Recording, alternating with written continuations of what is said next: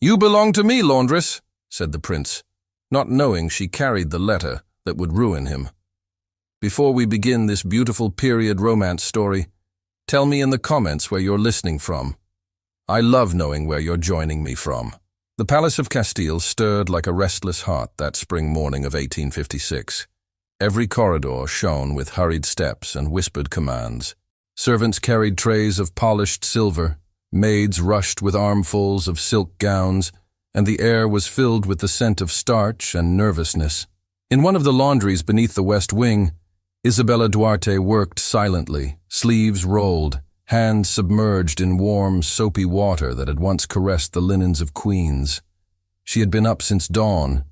Her rhythm was precise, almost prayerful, as if each fold and rinse could erase the noise above her. The other girls often joked that she moved like someone with secrets, and perhaps she did. Hidden beneath the plain folds of her dress, close to her heart, was a small bundle sealed with wax. A letter written by the late king himself, given to her by a dying noblewoman who had whispered, "Keep it safe, child. The truth must one day be known." Isabella had never read it, but she knew it was meant for the living son of that king, Prince Alejandro de Alvarado. Her task that morning was simple: deliver a freshly pressed set of linens to the prince's quarters. Yet, as she ascended the servants' stair, fate seemed to conspire. The hall outside the royal chambers was crowded with courtiers waiting for the prince's appearance before the council. They laughed, trading gossip like jewels. When Isabella emerged from the stairwell, her basket balanced carefully, their laughter turned toward her. "Look at that," said a young nobleman with a smirk. "The laundress carries more dignity than a duchess." "She must think herself quite important," another added. "Perhaps she dreams of royal notice." The words pricked like needles, but Isabella kept walking. To answer would be to invite ruin. Yet one of them, Lord Fernand, known for his cruelty, stepped in front of her, blocking her path. "You cannot pass, girl. The prince is not fond of interruptions." "I am merely delivering linen, my lord," she replied softly. "Then wait until I say you may." The laughter that followed was sharp. Before she could turn away, the air in the corridor changed. The courtiers fell silent as the doors of the council chamber opened. Prince Alejandro stepped into the light. He was tall, impeccably dressed, his dark hair neatly tied back. His gaze, cold and assessing, swept over the group. "What is the meaning of this noise?" Fernand bowed, too quickly. "Forgive us, Your Highness. We were only ensuring that the servants know their place." Alejandro's eyes moved to Isabella. For a moment, he said nothing. Then his tone hardened. "And you? What place is yours?" Her pulse quickened. "The laundry, Your Highness." "Then why are you standing here as if you own the hall?" "I was told to wait," she said, glancing toward Fernand. Alejandro noticed the gesture. His expression shifted, slightly, but enough for Isabella to sense danger. "So you obey a lord before your prince?" The courtiers waited, breathless, sensing entertainment. Isabella bowed her head. "I obey orders, Your Highness. Nothing more." Alejandro's lips curved in a cold smile. "Do you know who I am?" "Yes, my lord." "Then remember it." His voice carried across the marble. "From this day you serve under my command. The palace will know that the laundress belongs to me." A ripple of laughter followed his words. The courtiers found the scene amusing, another servant humbled for sport. But Isabella's silence was not the silence of fear. She lifted her head, and their eyes met, hers steady, his defiant. "Your Highness," she said quietly, "I belong to no one." The laughter died. For a moment, even the polished air of the corridor seemed to still. Alejandro stared at her, unable to believe what he'd heard. "Repeat that," he demanded. Her voice did not tremble. "No one owns another, Your Highness." The words fell like stones in water, rippling through the crowd. The prince's jaw tightened. He was not a man accustomed to challenge, least of all from a woman of the servants' quarters. Yet behind his indignation, something else stirred. Curiosity. He took a step closer. "You speak boldly for one who scrubs linen." "I speak only the truth," she said. "Then you shall learn the cost of it." Without another word, he turned and strode down the corridor, his cloak sweeping after him. The courtiers whispered excitedly. Isabella stood alone, her heart pounding but her face calm. When the corridor emptied, she leaned briefly against the wall. The small bundle beneath her dress felt heavier than ever. That evening, in the servants' quarters, the story had already spread. The laundress had defied the prince. The laundress would be dismissed. Some said imprisoned. Others said she would disappear before dawn. But Isabella continued her work in silence, folding linen by the faint light of an oil lamp. Rosa, her closest friend among the servants, whispered, "Bella, you should beg forgiveness. No one speaks to him like that." "I spoke as I must," Isabella replied. "He's cruel when crossed." "So they say." She paused. "Yet even cruelty cannot change truth." Rosa shook her head. "You'll not last another day." Isabella smiled faintly. "Then I shall make this day count." At that moment, footsteps echoed in the corridor outside. The head steward entered, expression unreadable. "Isabella Duarte," he said, "you are to report to His Highness at first light." The room fell silent. Rosa whispered, "He means to punish you." "Perhaps," Isabella said softly. "Or perhaps he wishes to see if I am afraid." She slept little that night. The candle burned low as she removed the sealed letter from beneath her bodice and laid it on the table. The wax glimmered in the dim light. The royal crest, a lion beneath a crown, seemed to watch her. She ran her finger along its edge, wondering what truth it held. What could be written within that would change the course of so many lives?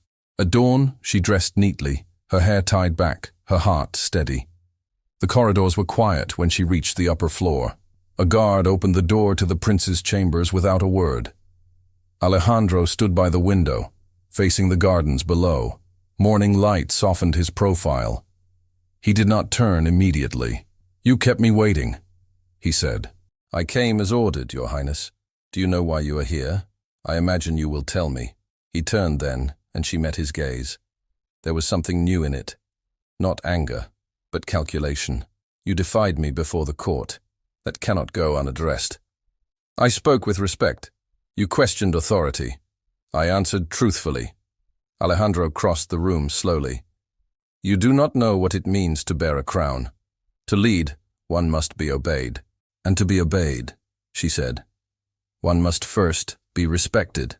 The words struck him like an unexpected note. He looked at her differently, as though trying to place her among the categories of his world, and finding none. "What is your name?" he asked. "Isabella Duarte. How long have you served here?" 3 years, Your Highness." He studied her. "You are not from Castile?" "No. My family was from Toledo."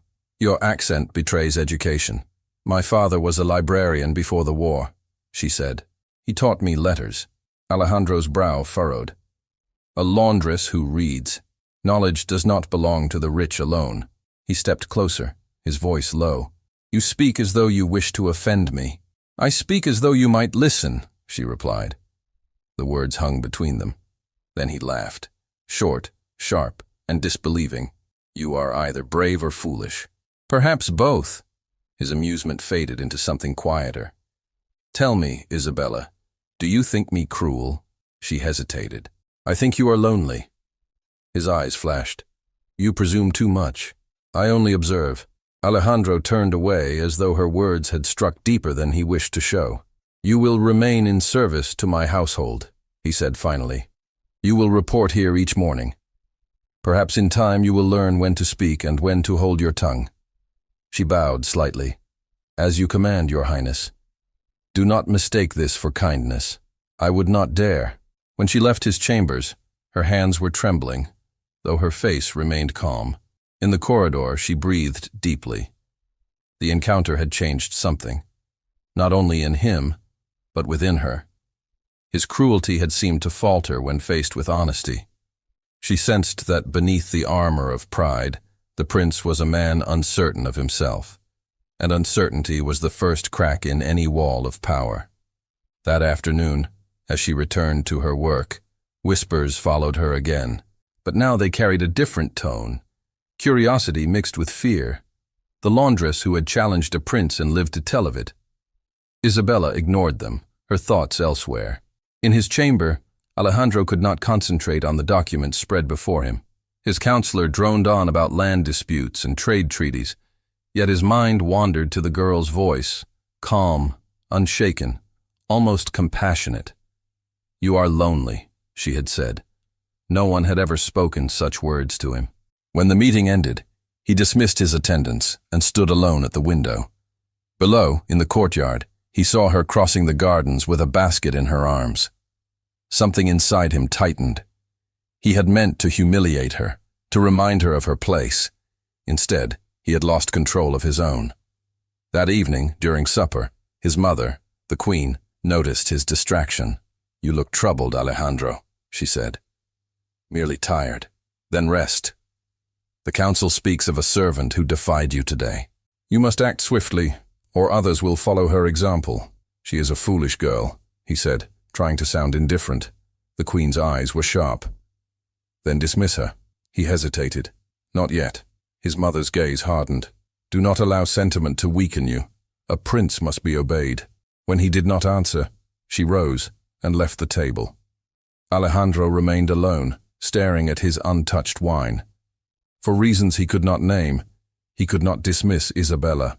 Later that night, he walked through the silent corridors, drawn to the lower wings where the servants slept. The air smelled of soap and damp linen. He paused outside the laundry, hearing faint laughter within. Through the half-open door, he saw Isabella with the other women, folding sheets, her sleeves rolled, her movements steady. Something in the simple grace of her work stirred him. He turned away before anyone could see him. In her room, Isabella prayed softly before sleep, asking for strength, not safety. When she lay down, she thought of the prince's eyes, how they had shifted from arrogance to confusion. It frightened her, not because she feared him, but because she sensed their paths had only begun to cross. The next morning dawned bright, but a strange tension filled the palace. Rumors whispered of sudden changes in service assignments. When Isabella entered the laundry, the steward was waiting. "New orders," he said curtly. "You are to serve in the prince's household directly. From today," the other women gasped. Isabella's heart stilled. "You mean, in his chambers?" "In all matters he requires. Those are his words." Rosa caught her arm. "Bella, you can't. Everyone knows what happens to women sent there." "I have no choice," Isabella murmured. "Then at least promise me you'll be careful." "I always am." She walked through the palace toward the grand staircase, the folded letter still hidden near her heart. As she climbed, she wondered if the day had come to use it, or to destroy it. When she reached the prince's door, the guards stepped aside. Inside, Alejandro stood waiting, sunlight behind him, his expression unreadable. "You are punctual," he said quietly. "I was told to serve, Your Highness." His gaze lingered on her face. "Then serve." She met his eyes, steady as ever, and answered, "As you command." For a long moment, neither moved. The air between them felt charged, almost alive. Then, as she turned to set down the linens, his hand caught her arm, firm, but not harsh.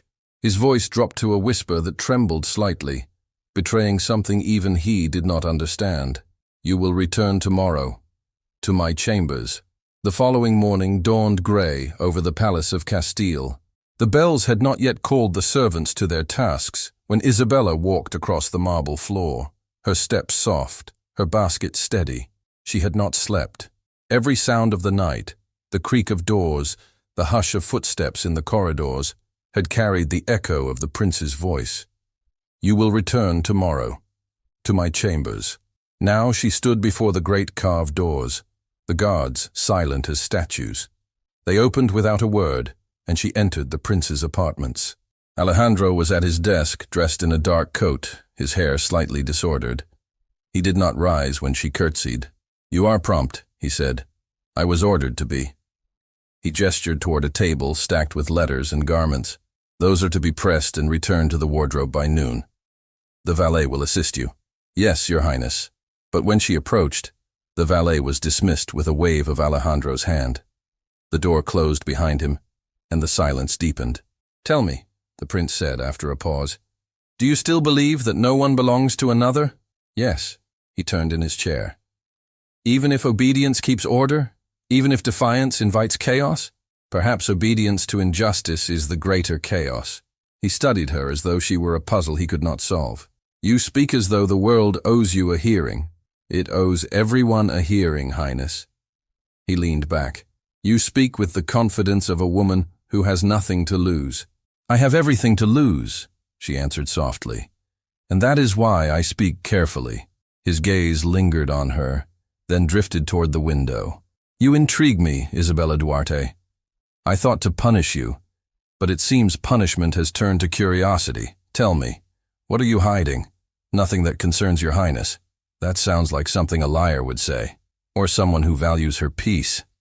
He almost smiled. Peace is rare in palaces. You'll learn that soon enough. The conversation ended as servants began to arrive with trays of papers and tea. Yet throughout the day, Alejandro's eyes followed her, when she folded his garments, when she poured water into the basin, when she crossed the room with the quiet grace of someone who knew how to vanish in plain sight. By noon, the air between them had changed. He spoke less sharply. She moved more cautiously. Still, there was a tension neither could name. When she finished her work, she bowed. May I return to the laundry, Your Highness? Not yet, he said. Sit. She hesitated. Your Highness, I command it. She sat. He regarded her for a long moment. What did you think of me before yesterday? I thought nothing, Your Highness. A laundress cannot afford thoughts about princes. And now? She looked straight ahead. Now, I think you are a man who does not know himself. The words struck like a whisper, too close to the truth. His fingers tightened on the edge of the table. You risk much speaking so. And yet you asked. He rose abruptly, walking to the window. Go, he said at last, but return tomorrow. The next days passed in strange rhythm. Each morning she came, each afternoon she left, and each time their conversations grew less formal. He asked about her family, her childhood, the books her father had read to her. She answered with restraint, never stepping beyond the boundary of propriety. Yet every exchange felt dangerous, like standing too near a flame that gave both warmth and warning. The servants began to notice. Whispers followed her wherever she went. Rosa pleaded with her to feign illness, to ask for reassignment, but Isabella refused. Running would only make their words true, she said. On the third day, as she folded linen by the window, Alejandro asked quietly, Do you believe in destiny, Isabella? I believe in choice, and if choice leads you to ruin, then ruin was the price of truth. He looked at her, eyes dark with something unspoken. You fear nothing. I fear myself, she said, because sometimes I forget who I am when I look at you. He turned away, breathing unsteadily. You should not say that, nor should you keep me here. I could send you away, he said, but I will not. Why? Because I would miss the sound of your defiance. That night, in his study, Alejandro could not read. The candle burned low as he recalled her words. He wondered what secret made her eyes so guarded. He had seen women of all ranks, duchesses, countesses, ladies of wit and vanity, but none who met him with such calm. It unsettled him more than hatred ever could. In the days that followed, the court began to murmur. The Queen Mother, always alert to whispers, summoned her son. Alejandro, she said, her voice smooth as polished glass. I hear troubling talk, that a laundress attends you daily, alone, that you delay your meetings, that you dismiss your counselors to watch her work. Explain yourself. She serves efficiently, he replied. She tempts gossip, said the Queen. You will end this at once. He met her gaze without flinching. No, Mother, I will not dismiss her. The Queen's tone chilled. Do not let sentiment blind you. She is beneath you. Perhaps, he said softly, that is what I need, to be reminded what lies beneath me. The Queen's eyes darkened. If she ruins you, do not expect my pity. Isabella knew none of this. She only felt the growing coldness around her. Servants stopped speaking when she entered a room. Her meals were delayed, her linens misplaced. Once, she found her basket overturned, its contents scattered. Yet she said nothing. One afternoon, as she polished the brass frame of the prince's mirror, he spoke from behind her. They are making your life difficult. I expected nothing else. You could leave. I would understand. I was ordered to stay. He moved closer. Sometimes orders can be broken. Not mine, she said quietly. I do not break promises. To whom did you make one? She hesitated. To a dying woman. He frowned. What promise? That I would guard something precious until its time came. He stepped around her. Curiosity ignited. What is it you guard? Not my secret to tell, Your Highness. Then whose? The king's. Alejandro froze. My father? She nodded once. He entrusted it to another before his death. She entrusted it to me. What is it? Truth. Truth about what? Her eyes lifted to his, calm as always. You, Highness. The silence that followed was so complete that the sound of a carriage in the courtyard seemed distant thunder. Alejandro's voice was barely a whisper. Do you mock me? No. You carry something of my father's? Yes. Then show me. I cannot. You refuse an order? I keep a promise. He stared at her, anger and bewilderment warring within him. You will regret this. Perhaps, she said, but not as much as breaking faith. He turned sharply and left the room. That evening he paced his study until the candles guttered. Who was she to speak of secrets tied to his father's name?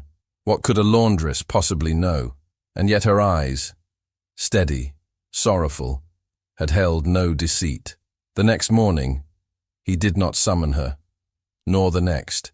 For 2 days, Isabella remained in the lower quarters, uncertain whether her silence had cost her position. Rosa urged her to forget the prince, to burn whatever she carried. No letter is worth your life, she said. It is not my life that matters, Isabella replied. On the third night, she found a folded note beneath her door. The handwriting was unknown. You are being watched. Burn the seal before it burns you. Her hands trembled as she held it to the candlelight. She thought of the letter hidden inside her mattress, the royal seal intact. Who could have sent this warning? The prince? No, his mother, more likely. Or someone else, someone who knew the truth. The next morning, when she entered the laundry, the steward met her with a frown. His Highness requests your service again, he said. She felt her breath catch. When? Now. Alejandro stood by the window when she entered. His face was drawn, sleepless. You disobeyed me, he said. I obeyed my conscience. You keep a letter that belongs to me. It belongs to the king. I am his son. Are you certain? His head snapped toward her. What do you mean? She realized she had spoken too freely and lowered her gaze. Forgive me. I spoke in haste, but the words had already taken root in his mind. He crossed the room slowly. You will tell me everything you know. There is nothing I can tell, Your Highness. Then I will find it myself. He stepped closer. She held her ground. The air between them trembled with unspoken things. Fear, anger, something perilously close to tenderness. Why did you come to the palace? He asked suddenly. To work. No, you could have served anywhere. Why here? Because this is where the truth sleeps. He stared at her, and for a moment, the mask of royalty slipped. You speak in riddles. You think me blind. I think you see more than you admit. He turned away, rubbing his temples. Leave me. She curtsied, her heart pounding. When she reached the door, his voice stopped her. Isabella. Yes, Your Highness. Do you hate me? She hesitated. I pity you. Why? Because you were born where love is a danger. He said nothing. She left, closing the door softly behind her. Later that day, in the great hall, the Queen Mother met her by chance. You are the Laundress, she said, her tone smooth. My son speaks of you too often. I serve as commanded, Your Majesty. See that you do. Ambition in your station is unwise. I have none, Your Majesty.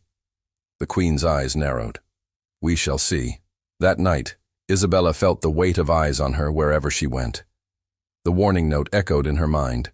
Someone would come for the letter soon. Someone powerful enough to destroy her if they found it. She stayed awake, listening to the sound of the rain on the window. When dawn broke pale over the rooftops, she gathered her courage. The letter remained hidden, untouched. She dressed, prepared to face whatever came. Before noon, she was called again to the prince's chamber. She entered quietly, expecting anger. Instead, she found Alejandro seated at the table, the royal seal in his hand. Her blood turned cold. "I found this," he said, "in your room." Her voice barely rose above a whisper. "Who told you where to look?" "No one needed to tell me. I knew." He turned the letter over, studying the wax crest. "My father's seal. You spoke the truth." "Highness, please!" He broke the seal. She gasped. "You must not—" "It was addressed to me," he said, opening it. His eyes moved across the lines, his breath faltering. She watched, helpless, as the color drained from his face. When he finally looked up, disbelief had hardened into something like fear. His voice was hoarse. "Who are you, Isabella? And what have you done to me?" The air in the prince's chamber was heavy, as though every breath had to fight its way through silence. The letter lay open on the table between them. Alejandro stared at the words again, as if hoping they might change, as if ink could be persuaded to lie. Isabella stood motionless by the door, her hands clasped before her. "It is false," he said finally. "It must be false." "It is not," she replied. His eyes flashed toward her. "How do you know?" "The Countess de Vega gave it to me before she died. She said it was written by the king himself, sealed in his hand." He took the parchment again, reading the trembling lines. The late king's handwriting was unmistakable, his seal intact. The letter named another man, Don Esteban de Alvarado, as the king's loyal friend and savior during the Civil War. It spoke of gratitude, of debt, of a child born in secret. The words at the end cut deeper than any blade. "Let this truth be hidden for the peace of the realm. The child shall be raised as mine, for Castile needs no scandal." Alejandro looked up, his voice hoarse. "So it is true. I am not the king's son." Isabella did not answer. He rose abruptly, the chair scraping the floor. "You should have burned it." "I could not. You think this truth is noble. It destroys everything, my name, my title, my life. It was never meant to destroy. It was meant to protect the realm, as your father wished." He paced the room, hands clenched. "You speak as though you understand royal burdens." "I understand human ones," she said quietly. "Lies weigh as heavily as crowns." He turned to her then, eyes burning with pain and pride. "You had no right to keep this from me. I had no right to reveal it either. So you chose to torture me instead?" "I chose silence until I was forced to speak." He sank into a chair, head in his hands. "Do you know what this means? If the council learns the truth, I am nothing. My mother's life, my honor, ruined." "She already suspects," Isabella said softly. "That is why she watches me." He looked up sharply. "You've spoken to her?" "She summoned me once. She warned me to stay away from you." Alejandro's expression darkened. "She knows something. Perhaps she always did." Outside, thunder rolled. The afternoon light dimmed, and rain began to lash against the windows. Isabella moved toward the hearth to close the shutters, but Alejandro stopped her. "Leave them. Let the storm speak. It suits this day." For a long time he said nothing. Then, almost in a whisper, "Did you ever think what would happen to me when you handed me this truth?" "Yes," she said. "I thought you might finally be free." He laughed bitterly. "Free? You call this freedom?" "Freedom from falsehood, yes." He rose again, walking toward her. His steps were measured, but his voice trembled. "You have ruined me, Isabella. Do you understand that? If ruin is the price of truth, then I accept it. But I do not," he said, his anger cracking like the thunder outside. "You stand there so calm, as though the world is not collapsing." She met his gaze, steady, unflinching. "The world collapses every day for someone like me, Your Highness. We learn to stand upon its ashes." His breath caught. "You dare to pity me?" "No," she said. "I only see you as you are." He stared at her, something raw and human flickering in his eyes. Then he turned away and strode toward the door. "Leave. Before I say something I will regret." She bowed slightly, though her heart ached. "As you wish, Your Highness." He did not look back as she left. The days that followed were tense and silent. Alejandro cancelled his appearances, ignored his counsel, and locked himself in his chambers. The Queen Mother, furious, demanded explanations that never came. The courtiers whispered that the prince had fallen ill, that the laundress had bewitched him, that the palace itself hid a curse.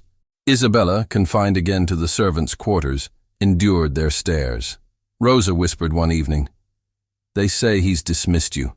He has not." "Then why hasn't he called?" "Because truth wounds before it heals." Rosa shook her head. "You speak like someone in love." "Love?" Isabella murmured. "No, Rosa. Love does not feel like this." The next morning, a messenger summoned her to the chapel. Father Mateo awaited her there, his kind eyes shadowed with worry. "Child," he said, "you've done a dangerous thing." "I kept a promise, Father. And in doing so, you may have unleashed more than you know. The Queen Mother came to me. She wants to know where you got the letter. She suspects I still have copies. She suspects everything. She fears scandal. You must be cautious. The Queen has power to destroy those who stand in her path." Isabella bowed her head. "I am not afraid for myself." "Then fear for the prince. His mother will not forgive him if this truth spreads. I would never harm him." "I believe you, but others will not." That night, as she returned to her small room, she found the door slightly open. Her candle trembled as she entered. The mattress had been turned, her chest pried open. Someone had searched everything. She knelt beside the bed, checking the loose stone where she had once hidden the letter. It was empty. Her breath caught. If the Queen's men had taken it, Alejandro's secret was no longer safe. She hurried through the corridors, her shawl pulled tight around her shoulders. The palace slept, save for the guards' torches flickering along the walls. She slipped through the shadows until she reached the prince's door. He was awake, standing by the window, staring into the storm. "What are you doing here?" he asked, turning sharply. "The letter is gone." His face went pale. "Gone? Someone searched my room. I think your mother has it." Alejandro cursed under his breath. "She will use it against me." "Then you must act first." He began to pace. "If she exposes me, the council will force me to abdicate before I even ascend. Everything my father built will fall." "Not everything," Isabella said. "His honor remains, if you protect it with truth." He stopped pacing. "You speak as though truth can feed the hungry or calm the court. The world thrives on lies, Isabella. Then let it starve." Her words cut through the silence. He stared at her, then shook his head. "You would see me stripped of title and name. I would see you free of deceit." He stepped closer, lowering his voice. "You do not understand what you ask of me. Then teach me," she said. His eyes searched hers, and for the first time, she saw not anger, but despair.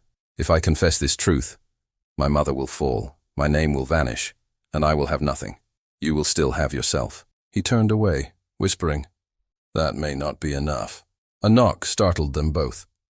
One of his guards entered, bowing low. "Your Highness, the Queen Mother requests your presence in her private chamber." Alejandro's expression hardened. "Tell her I will come." The guard withdrew. Isabella stepped forward. "You cannot face her alone.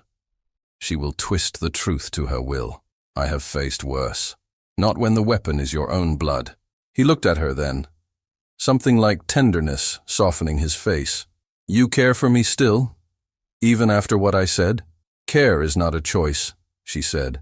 He smiled faintly, then left the room without another word. The Queen Mother was waiting in her private salon, dressed in mourning black, though no one had died. At least not yet. She dismissed her attendants, leaving only her son before her.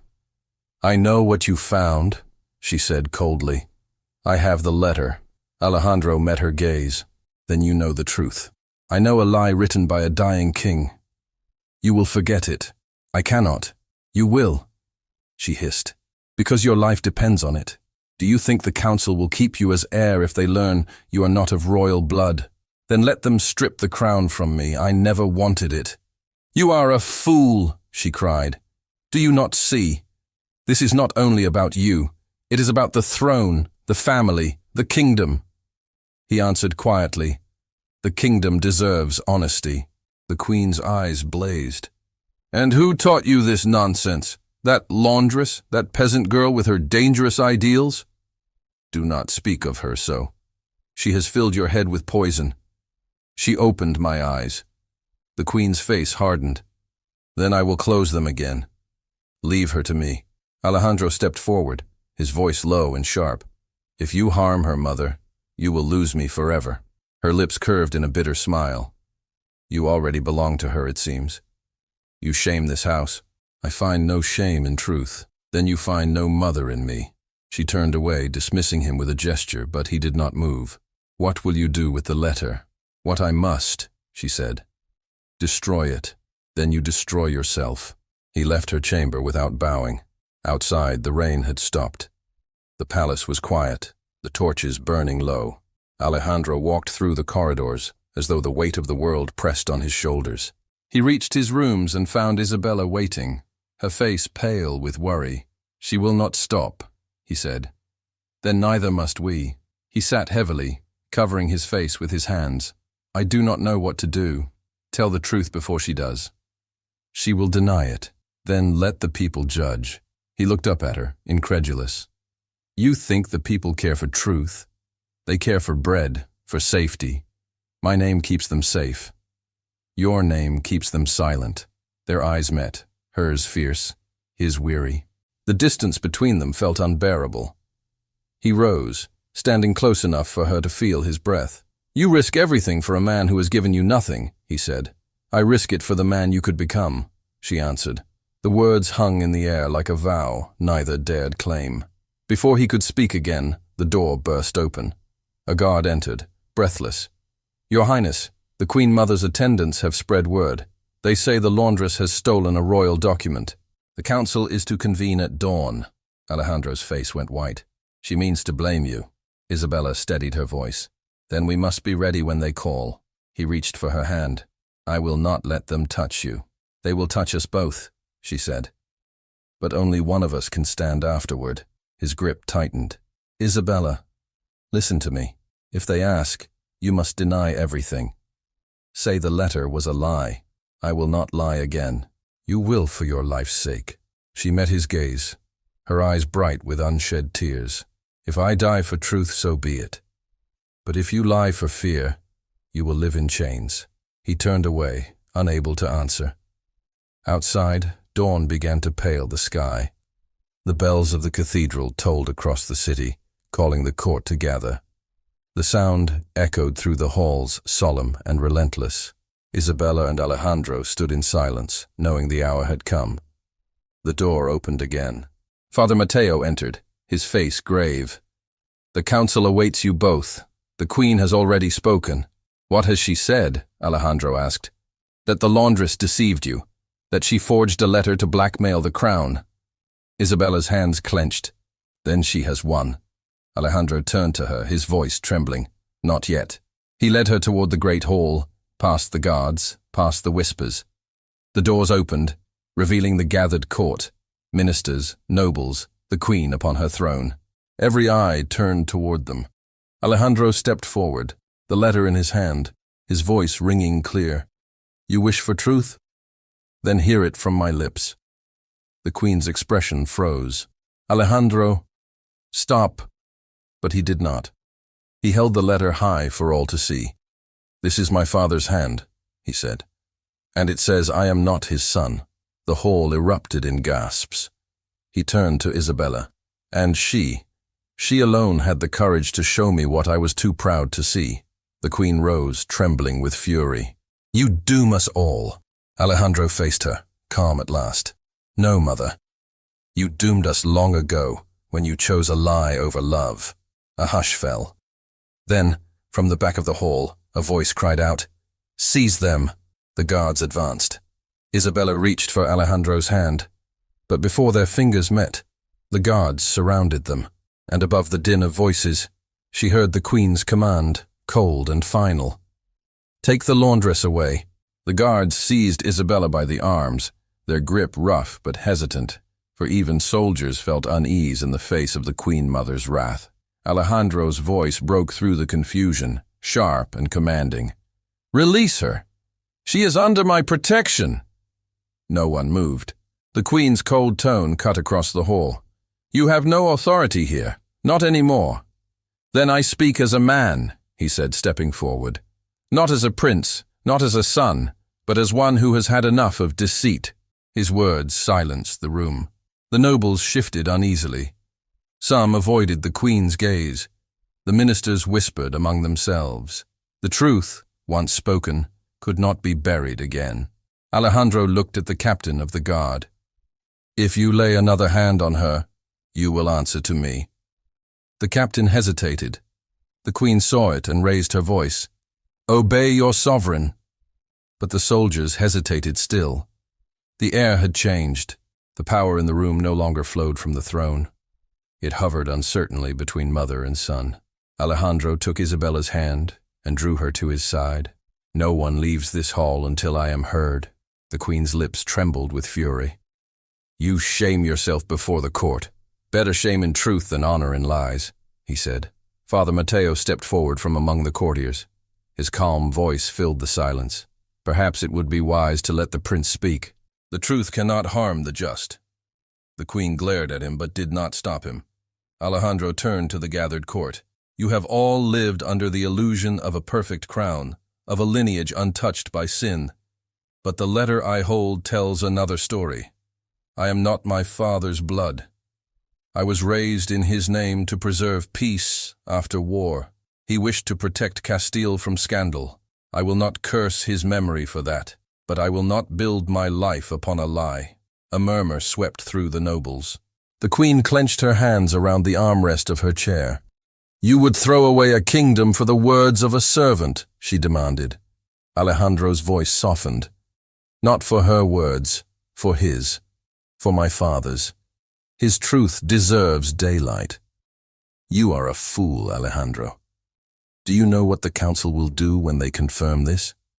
Yes, he said, and I accept it. He turned to Isabella. You gave me the truth when no one else dared. You could have used it to destroy me, but you did not. You waited for me to be ready to face it. Isabella's eyes filled with tears, but she held her composure. I only wished to keep faith with the king's final will. And you did. He looked at her, his voice lowering. You have given me back my soul. The Queen struck her hand against the arm of her throne. Enough! You will retract every word, both of you. No, Alejandro said quietly. Today I renounce my claim. The crown will pass to the council's choice. My father's line ends with truth, not deceit. Gasps broke through the court again. The Queen rose from her throne, pale with disbelief. You cannot. You are my son. He met her eyes sadly. I was the king's gratitude, not his heir, and I will not live as a false prince. She took a step toward him. If you leave this hall, you will never return. You will have nothing. He smiled faintly. Then I will have what I have long sought. Peace. The Queen's gaze darted toward Isabella, her voice dropping to a hiss. This is your doing. You think he loves you. You are a shadow that will fade when his pity ends. Alejandro stepped between them. If you harm her again, I will expose every secret this palace hides. Let her go. The Queen stared at him, her face hardening like stone. Then, with a gesture of bitter resignation, she signaled the guards to withdraw. The hall emptied slowly, the courtiers whispering as they passed. The sound of their voices faded down the corridors until only the three of them remained. The Queen, her son, and the laundress who had brought down a dynasty. You have broken my heart, the Queen whispered. Alejandro bowed his head. No, mother. I have freed it from falsehood. She turned away and walked out of the hall, her steps echoing like distant thunder. Silence followed her departure. Alejandro turned to Isabella. You should leave the palace tonight, before she finds another way to punish you. I will not leave you, she said. It is not safe. Then let me share your danger. He shook his head. I have already cost you too much. You gave me truth, she said softly. That is not a cost. It is a gift.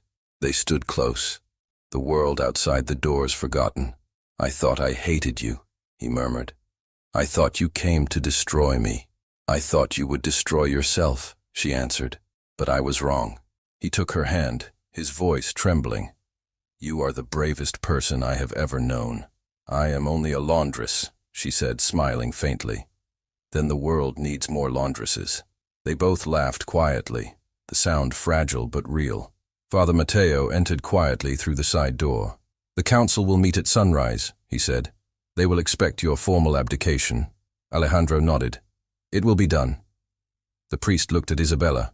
"And you, child, what will you do?" "I will go where he goes." Father Mateo sighed. "Then may God keep you both, for you will need courage beyond measure." When the priest left, Alejandro walked to the window. The rain had stopped. The night sky was clear again, the stars sharp above the rooftops. "Strange," he said, "how the world looks unchanged after everything collapses." "Because the truth rebuilds what lies destroy," Isabella replied. He turned toward her, the moonlight catching the quiet grief on his face. "You should sleep," he said. "Tomorrow will not be easy. I will stay until you rest." They sat by the dying fire in silence. The crackle of the embers filled the room, soft as breathing. For the first time since his father's death, Alejandro felt the weight of fear lift from his shoulders. When dawn came, the bells of the cathedral tolled again. The court assembled in the council chamber, smaller this time, stripped of ceremony. The queen sat apart, her face unreadable. Alejandro entered without crown or escort, wearing a simple dark coat. Isabella stood near the door, allowed to remain by Father Mateo's insistence. Alejandro addressed the council. "My lords, I come not to defend myself, but to release the realm from deception. I am not the king's blood. I renounce all claim to throne and title. I ask only that my father's memory be honored for his mercy, not stained by my false inheritance." The eldest minister rose. "Your Highness, if what you say is true, the crown must pass to the Duke of Segovia." "So be it," Alejandro said. The queen's eyes glistened with tears she would never shed. "You are walking away from everything," she said quietly. "I am walking toward something truer," he replied. The Duke approached, bowed, and accepted the council's decision. It was done. The realm would endure, cleansed of pretense. As the hall emptied, Alejandro approached his mother one last time. "Farewell, mother. I will pray for your peace." She did not answer, only looked at him with an expression between pride and pain. Then she turned and walked away. Father Mateo blessed them both and followed her out. Alejandro turned to Isabella. "It's over." "No," she said. "It has just begun." He smiled faintly. "You are right, as always." They left the palace together, passing through the servants' gate as dawn spilled over the city. No guards stopped them.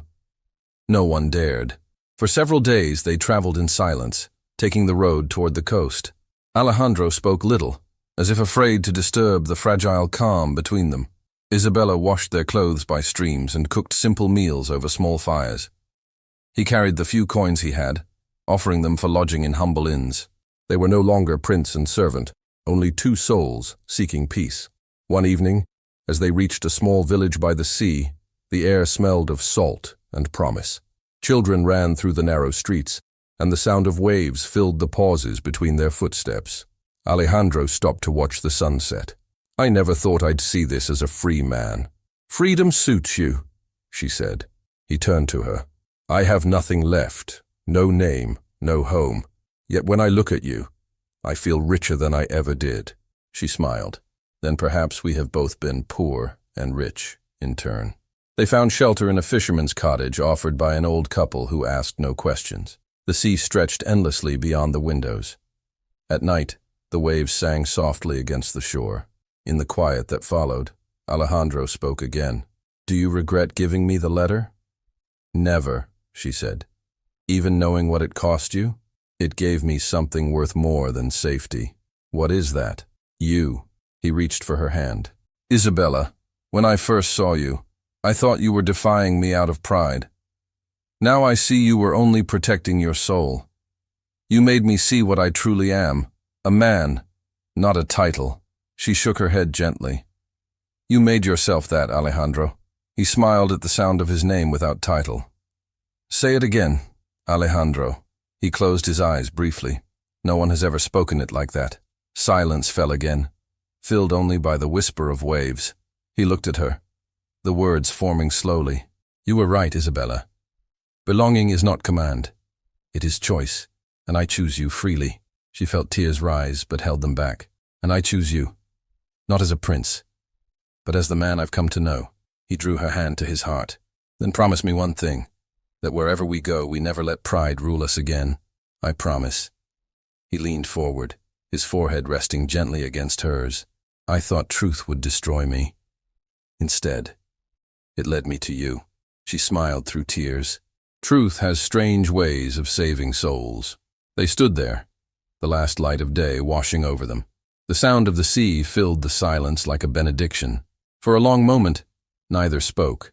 The pain, the fear, the court, they all seemed far away now, swallowed by the rhythm of the waves. When the moon rose, Alejandro took a deep breath. Tomorrow, we'll visit Father Mateo. He wrote to me. He wishes to bless our union. Isabella's heart caught in her chest. He knows we are here? He found us. He said love should not hide. She smiled, trembling. Then tomorrow, let it be. Alejandro brushed a strand of hair from her face. No crown, no court, no witness but the sea. That is all we need. They stood together, hands entwined, the tide whispering at their feet. The long storm had passed, leaving only calm, and the promise of a dawn that would never be ruled by lies again. The morning broke clear and golden over the sea. The waves rolled softly against the shore, as though even the ocean had chosen peace. Isabella stood at the doorway of the small cottage, watching the sunlight spill over the sand. For the first time in her life, she felt no orders pressing on her, no voices demanding, no fear whispering. Only quiet. Only freedom. Behind her, Alejandro stirred from sleep. He had slept little, but his restlessness had changed. It was no longer born of guilt or doubt, but of new life ahead. He rose, barefoot, his shirt unbuttoned, the air gentle against him. For a moment, he simply watched her, this woman who had undone his pride and saved his soul without meaning to. You're awake early, he said softly. I couldn't sleep. The sea keeps calling me. He smiled faintly. It calls to me too, but not as much as you do. She turned, her eyes warm with quiet laughter. You always say things you never mean to. I mean every one of them, he replied. I just never knew how to say them before. She crossed to him, her hand brushing his. Do you miss it? The palace, the court, the name? He shook his head. I thought I would, but here, no one bows, no one flatters. I carry my own name now, the one I've chosen, not the one given by deceit. And what name is that? Alejandro Duarte, he said, if you will let me share yours. Her breath caught. You wish to take my name? I have nothing else worth taking, he said simply. Except your hand. She looked at him for a long moment, her eyes shimmering. You already have that. He smiled, a quiet smile that belonged only to her. Then today, before Father Mateo, I will ask for your heart as well. The hours passed quickly. Father Mateo arrived just after noon, his robes carrying the scent of salt and wind. Age had not slowed his step or dimmed the warmth in his eyes. He greeted Isabella as if she were his own daughter, then embraced Alejandro with the quiet pride of a father. So, he said, you've both chosen love over power. That is a wiser crown than gold. Alejandro smiled. And a heavier one to wear. The priest chuckled. Then wear it together, and it will not weigh you down. They stood on the small rise overlooking the water. The breeze lifted Isabella's hair, and her simple white dress fluttered against her ankles. Father Mateo opened his worn prayer book, though he barely glanced at it as he began to speak. Two souls stand before God in the sea, he said. Not to bind, but to promise. To walk not above one another, but side by side. Alejandro took Isabella's hands in his. When I first saw you, I thought you were defying me. I was wrong. You were teaching me courage. You broke my pride, and in doing so, you gave me my heart. Her voice trembled as she answered. You once told me I belonged to you. I thought it was a curse. Now when you look at me, I know it was a prophecy. I belong to you not by command, but by choice. Father Mateo smiled gently. Then, before heaven and the waves that never cease, speak your vow. Alejandro looked into her eyes. I will walk beside you, Isabella. I will be the man you believed I could be. Wherever truth leads us, I will follow. And I, she whispered, will never let your heart forget what it means to be free. The priest raised his hand. Then, by the grace that joins two lives in one, I bless this union. May the sea guard your love, and the truth sustain it always. The wind carried his words out over the water. The moment felt eternal. No crown, no kingdom, only the sound of the waves bearing witness. Alejandro drew her close and kissed her gently, reverently, as though every sorrow had found its ending there. The old priest smiled. I will leave you to your happiness. As Father Mateo walked back toward the village, the newlyweds stood alone on the shore. Alejandro turned to the sea. It feels strange, he said. To begin again with nothing. Not nothing, Isabella replied. We have a home, a name, and each other. And that is enough? She smiled. It always was. They returned to the cottage as the afternoon light deepened. Isabella began to hang fresh linen by the window, humming softly. Alejandro watched her, a warmth spreading through him he had never known in the marble halls of Castile. You look happy, he said. I am, she answered. For once I am not hiding anything. He approached her, slipping his arms around her waist. Nor am I. My mother sent word this morning. She turned quickly. From the palace? Yes. She has retired to the convent of Santa Clara. She said only one thing, that she prays we find peace. Isabella's eyes softened. Perhaps she too has found truth. Perhaps, he said quietly. And if she ever needs us, I will not turn away. You still love her, Isabella said. She is my mother, he replied. Even when she tried to make me her creation, she believed she was protecting me. Now maybe she can rest. They stood together by the window, watching the tide rise and fall. As evening drew near, villagers began to gather along the shore. Word had spread of the stranger who once was a prince and the laundress who became his bride. Fishermen brought flowers, children ran with shells and ribbons, and old women smiled knowingly. One of them called out, Sing for us, Senora. We've not heard joy in this village for years. Isabella laughed. What should I sing? Anything that tells your story, the woman said. Alejandro glanced at her, amused. Do you have such a song? I will find one, she said, and began softly to hum a tune her mother once sang while washing clothes by the river. The melody was gentle and clear, rising and falling like the waves. Alejandro joined her voice with his, rough but earnest. The people clapped, swayed, and laughed together. When the song ended, the crowd cheered and drifted away, leaving them again in the soft dusk. You've made a kingdom here, he said. It's only a village, she teased. But they look to you the way they once looked to me. Only now, their eyes hold kindness, not fear. She smiled. Then we have done something good. They walked along the sand until the stars appeared. The moon's reflection shimmered across the waves, like a path of silver. Isabella stopped and turned to him. When you first said those words to me, you belong to me, Laundress.